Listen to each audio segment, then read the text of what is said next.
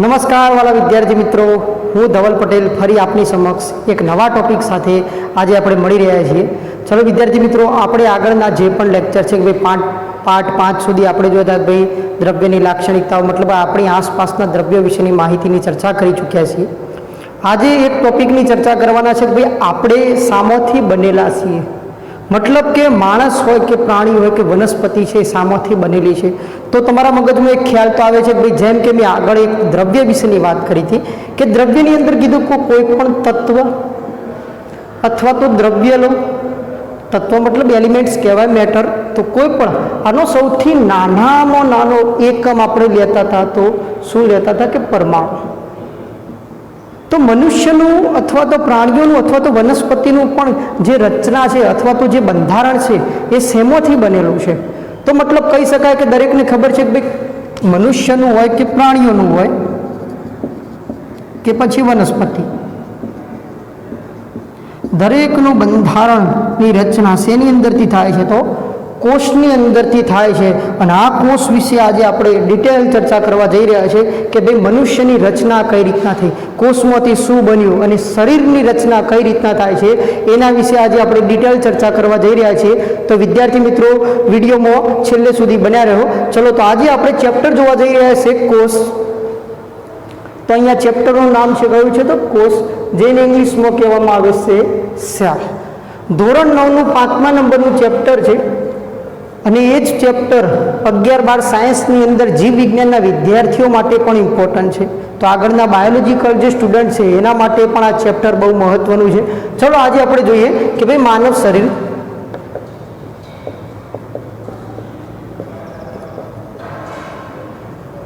Human body.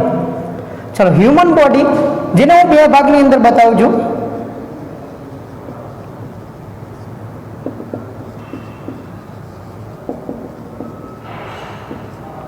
Anatomy,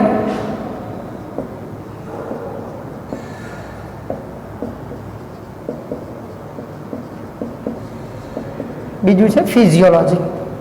હવે anatomy શું છે અને ફિઝિયોલોજી શું છે તો બંને વિશે આપણે ચર્ચા કરવા જઈએ કે હ્યુમન બોડીની અંદર 2 પાર્ટની અંદર કદાચ જે ડૉક્ટરી લાઈન છે એ લોકોને વધારે ખ્યાલ હશે કે હ્યુમન બોડીની અંદર જે 2 લાઈન છે, એક તો એનાટોમી અને ફિઝિયોલોજી. તો એનાટોમી અને ફિઝિયોલોજી કોને કહેવામાં આવે છે તો એનાટોમીનો મતલબ થાય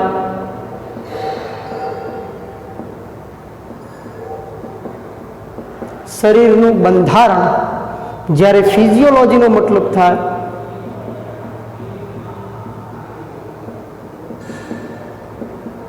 શરીરના અંગોના કાર્ય વિશે. તો હવે વિદ્યાર્થી મિત્રો એક જનરલ ક્વેશ્ચન કે કયા ડૉક્ટરને એનાટોમી ડૉક્ટર કહેવાય અને કયા ડૉક્ટરને ફિઝિયોલોજી ડૉક્ટર કહેવાય છે.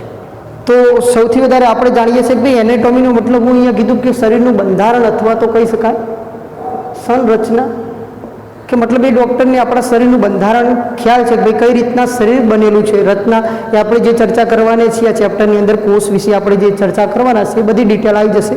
પણ કહેવાનો મતલબ છે કે એનાટોમી ડૉક્ટર કોને કહેવાય અને ફિઝિયોલોજી ડૉક્ટર કોને કહેવાય. તો એક્ઝામ્પલ તરીકે જે ડૉક્ટર સર્જન મતલબ સર્જરી કરી શકતો હોય કે મતલબ કોઈ હાર્ટ કાર્ડિયોલોજિસ્ટ હોય અથવા તો ન્યુરોલોજિસ્ટ હોય અથવા તો ગેસ્ટ્રોલોજિસ્ટ હોય અથવા તો નેફ્રોલોજિસ્ટ, અલગ અલગ પ્રકારના બોડી જે સ્ટ્રક્ચર છે ભાઈ ઉપરથી માંડીને નીચે સુધીના દરેકના અલગ અલગ ડૉક્ટર જોવા મળે છે. તો દરેકના ડૉક્ટર અલગ અલગ. હવે એ ડૉક્ટરની અંદર એને ખબર છે કે ભાઈ હૃદય કેવું દેખાય છે. કયા ડૉક્ટરને ખબર છે તો એનાટોમી. એને ખબર છે કે યકૃત કેવું દેખાય છે. તો મતલબ ક્યાં મતલબ એક ડૉક્ટર સર્જરી કરી શકે છે. ધારો કે આની અંદર કોઈ વાલ્વનું પ્રોબ્લેમ હોય, હાર્ટની અંદર કોઈ વાલ્વ મતલબ કોઈ હોલ હોય છે તો એ બધા ડૉક્ટરો સર્જરી દ્વારા હૃદયની અંદર સર્જરી કરતા હોય છે. યકૃતની અંદર કોઈનું લીવર ડેમેજ થયું હોય તો મતલબ લીવર ટ્રાન્સપ્લાન્ટ કરવું છે અથવા તો લીવરનો ટુકડો નાખવો છે તો એને ખબર છે કે આ સર્જરી કઈ રીતના થશે, કારણ કે એનું બંધારણ જાણે છે. હૃદયનું એ ડૉક્ટર શું જાણે છે, બંધારણ જાણે છે કે ભાઈ હૃદય બન્યું છે તો કઈ રીતના, એમાં કયા કોષો છે, સ્નાયુ કોષો છે તો સ્નાયુ કોષો વિશેની ડિટેલ માહિતી જાણે છે. મતલબ એને ખબર છે કે હૃદય કેવું દેખાય છે. જ્યારે ફિઝિયોલોજી ડૉક્ટર એ ફક્ત ને ફક્ત શરીરના અંગોના કાર્યો વિશેનો અભ્યાસ કરે છે. જેમ કે તમને હાર્ટ એટેક જેવી કોઈ બીમારી હોય, હાર્ટ એટેક જેવી કોઈ બીમારી હોય છે તો મતલબ એ તમારા શું ઇસીજી દ્વારા શું કરાવશે કે ઇસીજી કરાવશે, રિપોર્ટ્સ કરાવશે અલગ અલગ પ્રકારના, અને એના દ્વારા તમને શું આપે છે તો ટેબ્લેટ આપે છે. અને ટેબ્લેટ દ્વારા જે રિકવરી આવે છે તો એ બધા ડૉક્ટરને આપણે કેવા ડૉક્ટર કહીએ છીએ? ફિઝિયોલોજી ડૉક્ટર કહીએ છીએ. બાકીના જે સર્જરી કરતા હોય છે બધા જ ડૉક્ટર કેવા છે તો એનેટોમી ડૉક્ટર છે. મતલબ કહી શકાય કે એનેટોમી ડૉક્ટરને ફિઝિયોલોજી ડૉક્ટર પણ કહેવામાં આવે છે, કે બંને જાણતા હોય છે. એને ખ્યાલ છે કે ભાઈ શરીરના અંગોના કાર્ય પણ કઈ રીતના થાય છે અને શરીરની રચના શાનાથી બનેલી છે, તો એ જાણતો હોય છે કે ભાઈ એનેટોમી ડૉક્ટર બધું જાણતો હોય છે. જ્યારે ફિઝિયોલોજી ડૉક્ટર ફક્ત ને ફક્ત મતલબ જે આપણા ઓર્ગન્સ છે એનું વર્કિંગ કઈ રીતના છે, મતલબ જે આપણી સિસ્ટમો છે, જે અલગ અલગ પ્રકારની ડાયજેશન સિસ્ટમ હોય, ચેતાતંત્ર, મતલબ આપણી જે ન્યુરોન સિસ્ટમ છે, અલગ અલગ પ્રકારની અલગ અલગ સિસ્ટમ છે, એને ખબર છે ઉત્સર્જન તંત્રનું કાર્ય દરેકના ડૉક્ટર અલગ અલગ રીતના જોવા મળે છે. તો ડૉક્ટરોને ફિઝિયોલોજી મતલબ ટેબ્લેટ દ્વારા રિકવરી લાવતા હોય છે. જ્યારે એનેટોમી ડૉક્ટરને ખ્યાલ છે કે શરીરનું બંધારણ શાનું બનેલું છે. તો ચલો આપણે એની જ ચર્ચા કરીએ કે શરીરનું બંધારણ રચના ક્યાંથી થાય છે. તો દરેકને ખ્યાલ છે શરીરનો રચનાત્મક અને ક્રિયાત્મક એકમ કોને કહેવામાં આવે છે? શરીરનો રચનાત્મક અને ક્રિયાત્મક એકમ કોષ, જેને સેલ કહેવામાં આવે છે. સેલ એ લેટિન ભાષા ઉપરથી આવેલો શબ્દ છે. સેલ એ કઈ ભાષા ઉપરથી આવેલો છે? તો લેટિન ભાષા ઉપરથી આવેલો શબ્દ છે. અને આ કોષની શોધ કયા વૈજ્ઞાનિકે કરી ચૂક્યા છે? તો આપણા જે કોષની શોધ છે તો વૈજ્ઞાનિકે રોબર્ટ હુક નામના વૈજ્ઞાનિકે કોષની શોધ કરેલી છે. કયા વૈજ્ઞાનિક કરી છે? રોબર્ટ હુક નામના વૈજ્ઞાનિકે કઈ વનસ્પતિની અંદર સૌથી પહેલા જોયા હતા? તો બુચ વનસ્પતિની અંદર એમની સૌથી પહેલા જે કોષો જોયા હતા કે રોબર્ટ હુક નામના વૈજ્ઞાનિકે બુચ નામની વનસ્પતિની અંદર જે કોષ જોવા મળ્યા હતા, એમને ખ્યાલ આવ્યો કે ભાઈ આ રીતના દરેકની અંદર સેલ જોવા મળે છે અથવા તો કોષ જોવા મળે છે. પણ એમને ખ્યાલ નહોતો કે દરેક કોષ હોય છે તો કોષને પોતાનું કોષ કેન્દ્ર પણ જોવા મળે છે. શું જોવા મળે છે? તો કોષ કેન્દ્ર, જેને ન્યુક્લિયસ કહેવાય છે. તો એની શોધ કોને કરી હતી? તો રોબર્ટ બ્રાઉન નામના વૈજ્ઞાનિકે શેની શોધ કરી છે? તો કોષ કેન્દ્ર. આ 1665ની અંદર શોધ કરી ચૂક્યા છે. 1831ની અંદર કોષ કેન્દ્રની શોધ કોણ કરી ચૂક્યું છે? તો રોબર્ટ બ્રાઉન. ઓકે, કોષની શોધ રોબર્ટ હુક, કોષ કેન્દ્રની શોધ તો રોબર્ટ બ્રાઉન નામના વૈજ્ઞાનિક. એના પછી બે વૈજ્ઞાનિક આવ્યા 1839ની અંદર જે કોષવાદ આપે તો, અથવા તો જેને કોષ થિયરી કહેવાય.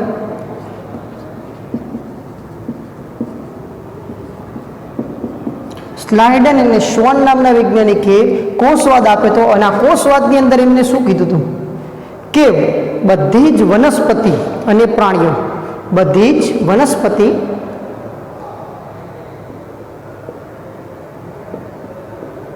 અને પ્રાણીઓ કોષમાંથી બનેલા છે. કોષ તેમનો ક્રિયાત્મક એકમ છે. કોણ કહી ચૂક્યું છે ભાઈ આવું? તો કોષવાદની અંદર કોણ કહે છે કે બધી જ વનસ્પતિની પ્રાણીઓ શેમાંથી બનેલા છે? કોષમાંથી બનેલા છે. અને કોષ તેમનો ક્રિયાત્મક અને રચનાત્મક શું છે? એકમ છે. આગળ હું ચર્ચા કરી શરીરનો રચનાત્મક અને ક્રિયાત્મક એકમ તરીકે કોને ઓળખવામાં આવે છે? તો કોષને ઓળખવામાં આવે છે. ચલો, એના પછી જે અંદર આપણો કોષ કહીએ છીએ તો કોષ આપણા અલગ અલગ પ્રકારના હોય. માની લો કે કોષ આવો છે, કોષની અંદરનું જે ન્યુક્લિયસ છે અહીંયા જો જોવા મળે એને કહેવામાં આવે છે, શું કહેવામાં આવે છે? તો કોષ રસ તરીકે ઓળખવામાં આવે છે. આ કોષ રસ શબ્દ કોને આપે? તો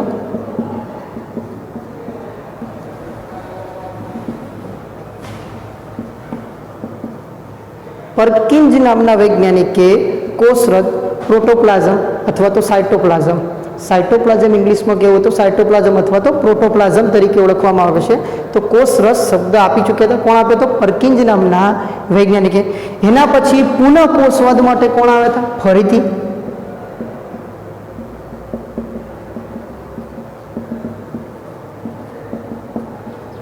વિશોર નામના વૈજ્ઞાનિકે પુનઃ કોષવાદ આપ્યો હતો. અને વિશોર નામના વૈજ્ઞાનિકે પુનઃ કોષવાદની અંદર શું કીધું હતું?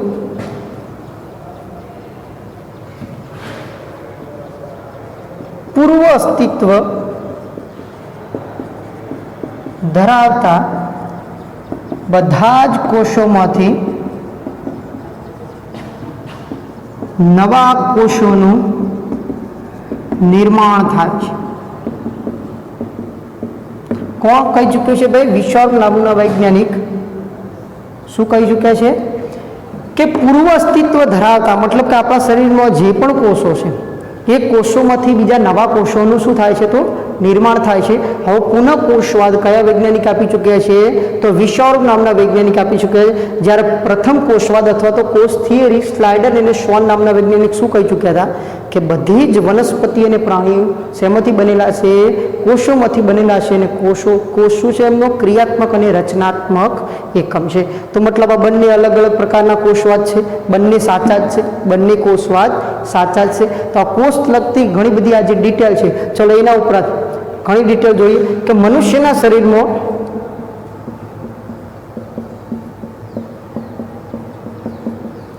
કોષોની સંખ્યા કેટલી જોવા મળે છે? ચલો, મનુષ્યના શરીરમાં કોષોની સંખ્યા 10⁻14 મતલબ કે 10⁻14 જેટલા કોષ જોવા મળે છે. અલગ અલગ પ્રકારના છે. હવે કોષોની અંદર બે પ્રકારના આપણે જે જીવ કોષની અંદર પણ બે પ્રકાર છે. તો એની અંદર કહેવાય એક કોષીય અને બીજા કહેવાય છે તો બહુકોષીય. બે પ્રકારની અંદર જોવા મળે છે કોષની અંદર, એક કોષીય અને બહુકોષીય. હવે એક કોષીય અંદર કયા કયા જાણો છો ભાઈ? જેની અંદર લાક્ષણિકતાઓ અલગ એક જ પ્રકારના કોષની જોવા મળતી હોય એવો આપણને ખ્યાલ છે કે ભાઈ અમીબા, પેરામિશિયમ,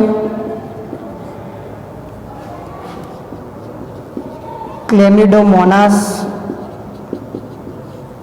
બેક્ટેરિયા. ક્લેમિડોમોનાસ પણ એક બેક્ટેરિયા જ છે. જેમ કે સ્યુડોમોનાસ નામના બેક્ટેરિયા હોય છે એ શું કરે છે તો આપણી જમીનની ફળદ્રુપતા ઘટાડે છે, જ્યારે એજેક્ટોબેક્ટર નામના બેક્ટેરિયા આપણી જમીનની ફળદ્રુપતા વધારે છે. એક કોષીય છે કે આની અંદર એક જ પ્રકારના કોષો જોવા મળે છે. બહુકોષીયની અંદર એક્ઝામ્પલ તરીકે આપણું જ લઈ લઈએ મનુષ્ય. અને મનુષ્યની અંદર કયા કયા કોષો જોવા મળે છે? ચેતાકોષ, રુધિરકોષ, શુક્રકોષ, અંડકોષ, અસ્થિકોષ, ચરબીકોષ. તો મતલબ મનુષ્યની અંદર જોઈએ તો બહુ કોષીય કેમ કીધું છે કે એની અંદર જો ભાઈ ચેતાકોષ મતલબ આપણા મગજની અંદર જે ચેતાતંતુઓ છે ભાઈ અલગ અલગ મતલબ એ ન્યુરોન છે બધા ચેતાકોષના બનેલા છે. રુધિરકોષ, તો રુધિરકોષ આપણા શરીરમાં જે રુધિર છે એની અંદરના જે કોષ છે રક્તકણ, શ્વેતકણ, ત્રાકકણ, રુધિર રસ, તો આ રુધિરકોષની અંદર સમાવેશ થશે.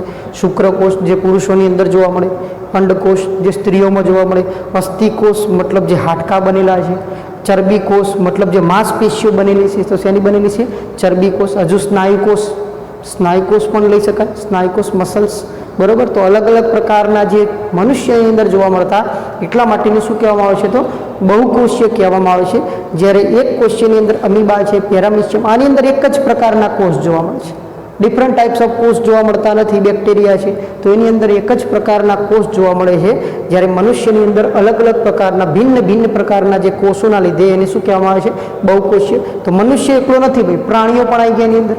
પ્રાણીઓની અંદર પણ આ જ રીતના અલગ અલગ પ્રકારના કોષ જોઈ શકાય છે. ચલો તો હવે પાછા આવીએ. મનુષ્યના શરીરમાં કોષોની સંખ્યા પૂછાય તો કેટલી આવશે? 10⁻14. કોષ અભ્યાસને કયા નામે ઓળખાય છે? બહુ મેક્ઝિમમ પ્રશ્ન પૂછાયો હોય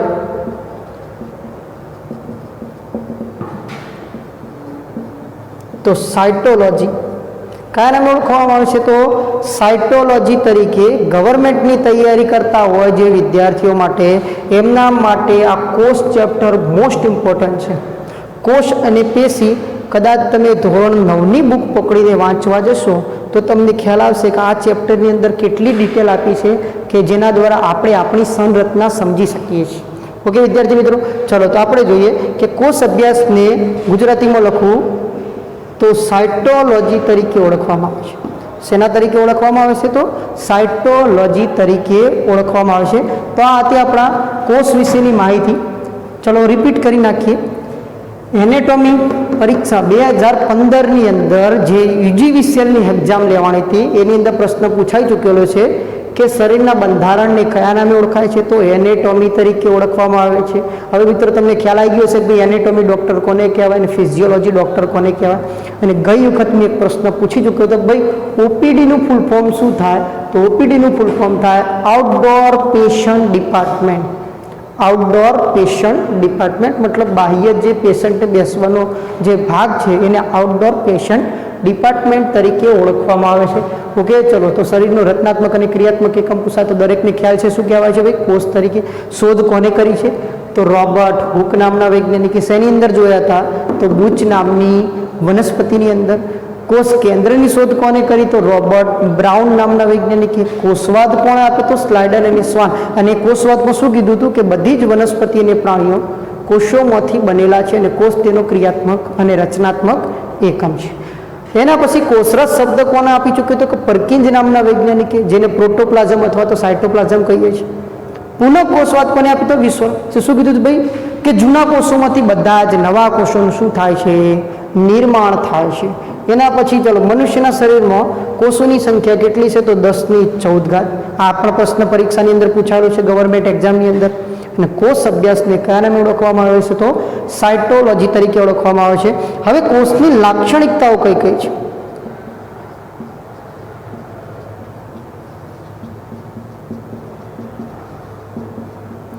ચલો હવે કોષની મુખ્ય 3 લાક્ષણિકતા તો કઈ કઈ છે?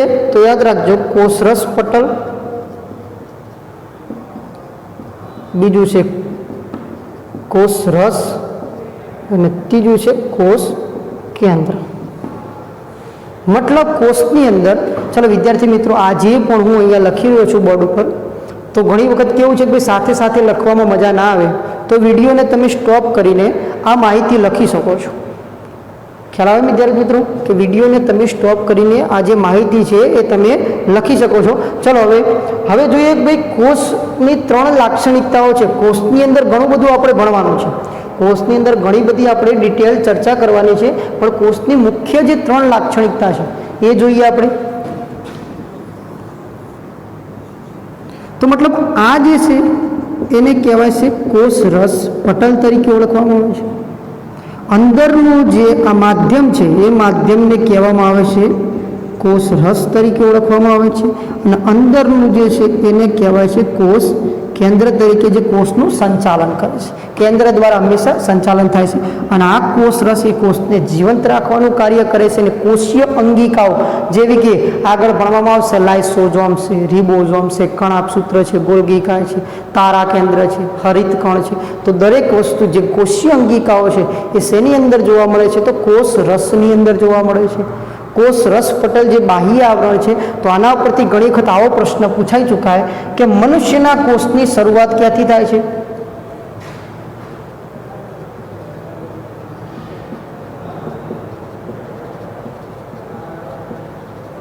તો મનુષ્યના કોષની શરૂઆત કોષરસ પટલથી થાય છે. શેનાથી થાય છે? કોષરસ પટલ. જ્યારે વનસ્પતિની વાત કરું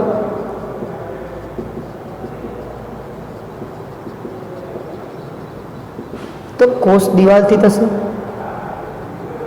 હવે આપણી કોષ દિવાલથી નથી થતી. વનસ્પતિ જે કોષની શરૂઆત છે શેનાથી થાય છે? તો કોષ દિવાલથી. જ્યારે આપણે કોષરસ પટલ કોષ દિવાલની અંદર પણ કોષરસ પટલ આવેલું જ છે પણ બાહ્ય જે બરડ આવરણ છે મતલબ કે જે વનસ્પતિ કોષ છે તો એ વનસ્પતિ કોષની જે બહારનું આવરણ છે એ કોષ દિવાલ દ્વારા રચના જે શેનું બનેલું છે? તો સેલ્યુલોઝનું બનેલું છે.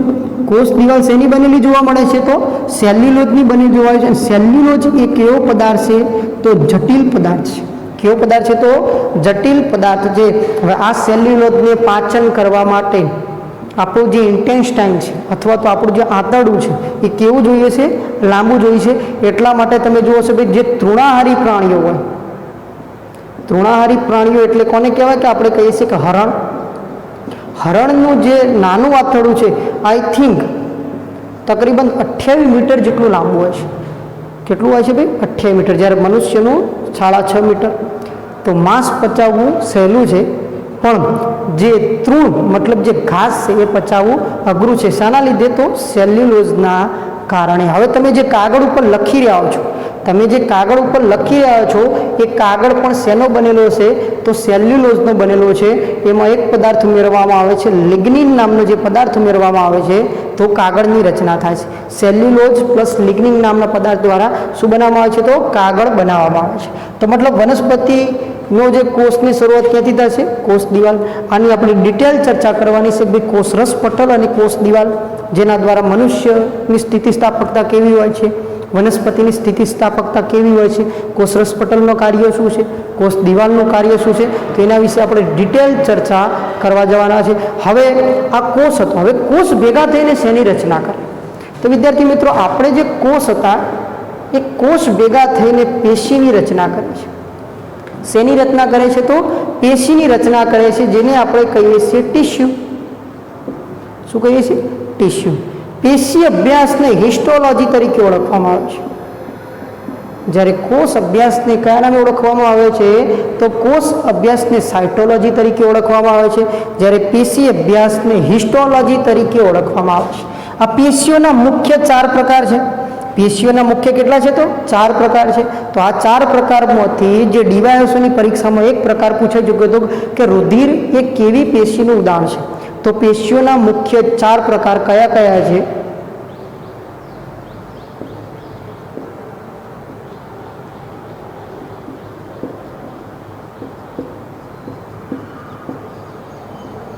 અધિચ્છદ ઉપકલા, જેને ઇંગ્લિશમાં કહેવું હોય તો એપિથેલિયલ ટિશ્યુ, અધિચ્છદ પેશી અથવા તો ઉપકલા પેશી.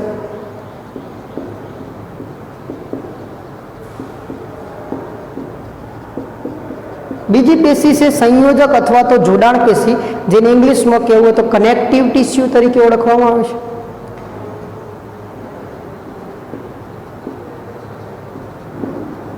ત્રીજી છે સ્નાયુ પેશી, ઇંગ્લિશમાં મસલ્સ ટિશ્યુ તરીકે ઓળખવામાં આવે છે.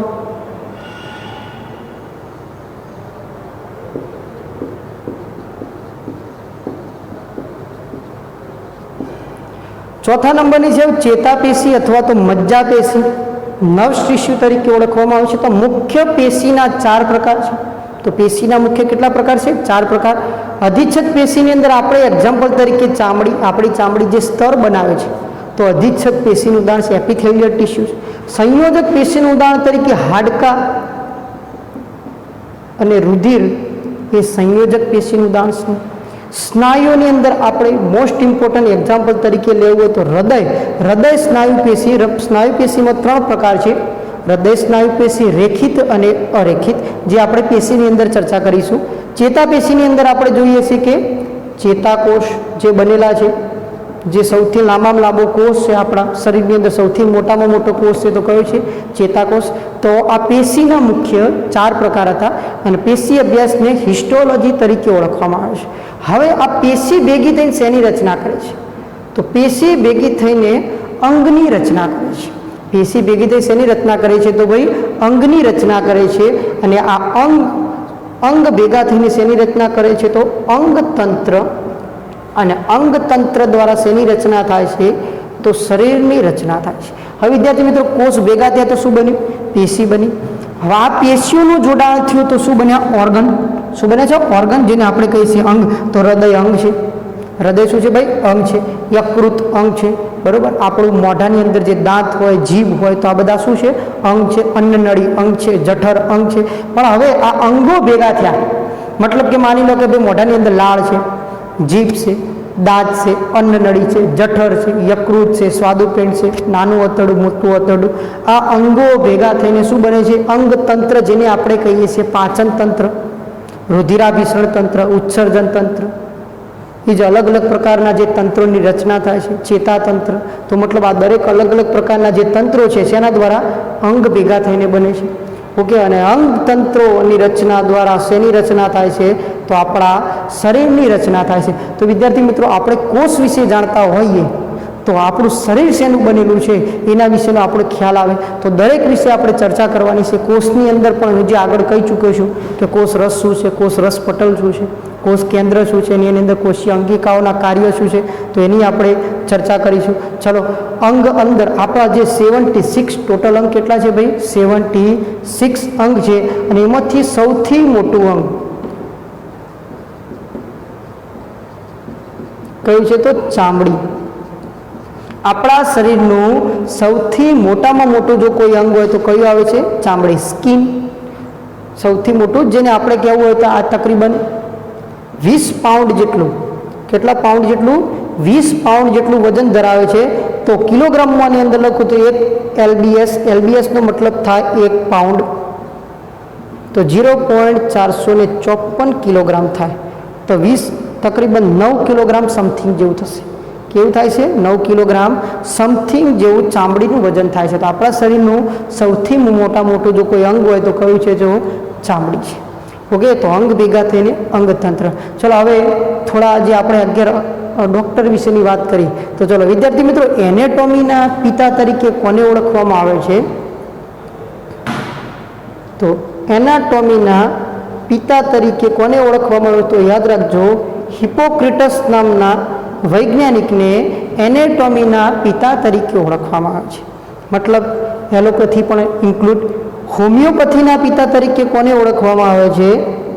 તો હોમિયોપેથીના પિતા તરીકે હાનેમાનને હોમિયોપેથીના પિતા તરીકે ઓળખવામાં આવે છે. અને આયુર્વેદના પિતા તરીકે કોને ઓળખવામાં આવે છે? તો ચરક ઋષિને આયુર્વેદના પિતા તરીકે ઓળખવામાં આવે છે. હવે એનેટોમી હોય તો વાટકાપ કરતો હશે, તો વાટકાપના પિતા તરીકે કોને ઓળખવામાં આવે છે? તો વાટકાપના પિતા તરીકે સુશ્રુતને ઓળખવામાં આવે છે. કોને ઓળખવામાં આવે છે? તો સુશ્રુત ઋષિને વાટકાપના પિતા તરીકે ઓળખવામાં આવે છે. તો મતલબ ખ્યાલ આવી ગયો ભાઈ વિદ્યાર્થી મિત્રો, કે માનવ શરીરની રચના કઈ રીતના થાય છે? કે માનવ શરીરની રચના એ કોષ દ્વારા થાય છે, અને કોષ દ્વારાથી ક્યાં સુધી પહોંચ્યા? આપણે શરીર સુધી પહોંચ્યા હતા કે ભાઈ કોષ ભેગા થવાના લીધે પેશીની રચના થશે. પેશી અભ્યાસને હિસ્ટોલોજી તરીકે ઓળખવામાં આવે છે. પેશીની અંદર અલગ અલગ 4 પ્રકારની પેશી છે: અધિસદ્ય પેશી, સંયોજક પેશી, ચેતાપેશી અને સ્નાયુ પેશી, જેના મેં એક્ઝામ્પલ પણ લખ્યા છે. અને આ રુધિર એ પરીક્ષાની અંદર પૂછાઈ ચૂકેલું છે. ઓકે, તો મતલબ ભેગા થઈને અંગ બનશે. ટોટલ કેટલા છે? 76, જેની અંદરથી સૌથી મોટું અંગ કયું છે? તો ચામડી છે. અને અંગ ભેગા થઈને અંગતંત્ર બને છે. અંગતંત્ર જેવી રીતે કહી ચૂક્યું, રુધિરાભિસરણ તંત્ર. ઓકે, એ અલગ અલગ પ્રકારના જે તંત્રો ભણવાના છે, દરેક તંત્ર વિશે આપણે ચર્ચા કરવાની છે. અને અંગતંત્ર ભેગા થઈને શેની રચના થાય છે? શરીરની રચના થાય છે. હવે વિદ્યાર્થી મિત્રો, જો આ લખી રહ્યા હોય તો હું તમને જે કોષ વિશેની એક સામાન્ય માહિતી બાકી છે, તો એની પણ આપણે ચર્ચા કરી લઈએ.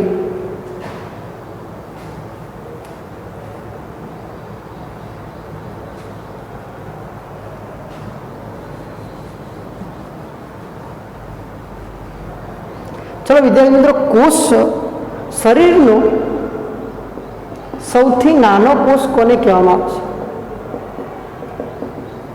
શરીરનો સૌથી નાનો કોષ તરીકે કોને ઓળખવામાં આવે છે? તો યાદ રાખજો, શરીરનો સૌથી નાનો કોષ તરીકે રુધિર કોષ, જેને આપણે RBC પણ કહીએ છીએ, રેડ બ્લડ સેલ, રુધિર કોષને ઓળખવામાં આવે છે. શરીરનો સૌથી મોટો કોષ તરીકે કોને ઓળખવામાં આવે છે?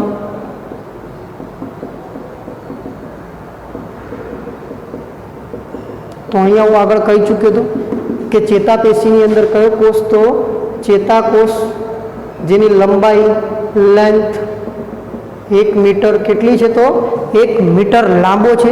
ક્યાં જોવા મળે છે? તો આપણા મગજની અંદર જોવા મળે છે ચેતાકોષ. શરીરનો સૌથી મોટો કોષ જે ચેતાકોષ તરીકે ઓળખવામાં આવે છે. આ આપણા હ્યુમન, મતલબ આપણા શરીરની ચર્ચા. હવે વિશ્વની વાત કરીએ. ચલો, વિશ્વનો સૌથી નાનો કોષ